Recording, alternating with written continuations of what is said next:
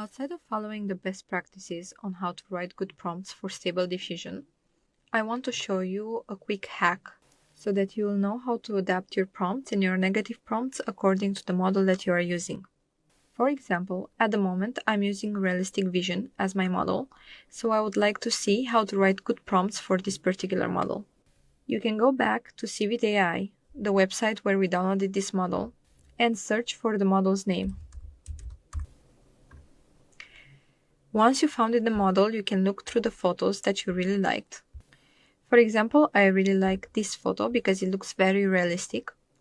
And then on the right hand side, if you scroll down, you will be able to see what kind of prompts and negative prompts have been used to generate this photo.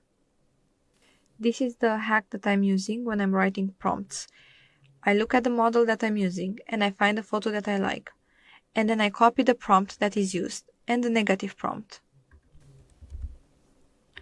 More than the prompts, I can also see some other settings that have been used for Stable Diffusion.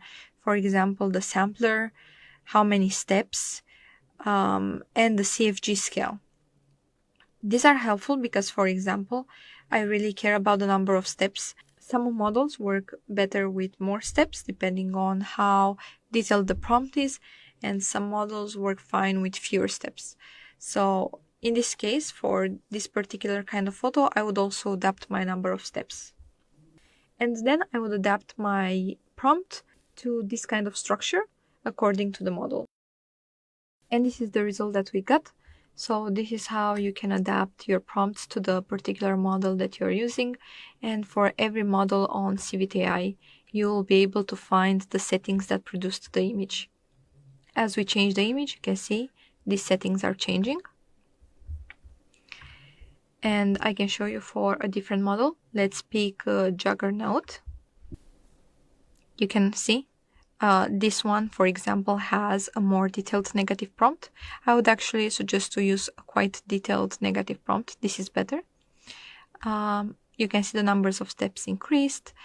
You can see the kind of prompt that was written to generate this image. So I hope this hack helps you.